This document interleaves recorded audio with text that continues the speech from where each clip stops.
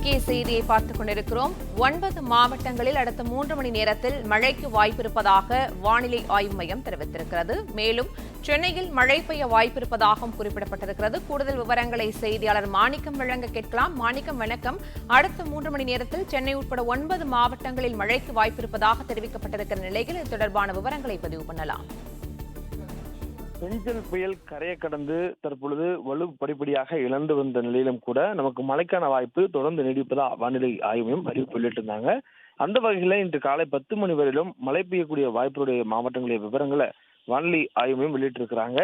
சென்னை, திருவள்ளூர், காஞ்சிபுரம், செங்கல்பட்டு, நீலகிரி, கோயம்புத்தூர், திருப்பூர், தேனி மற்றும் திண்டுக்கல் மாவட்டங்கள்ல இன்று காலை 10 மணி வரையிலும் மழை தொடர்வதற்கான வாய்ப்பு இருப்பதாக அந்த அறிவிப்புல தெரிவிக்கப்பட்டிருக்கு.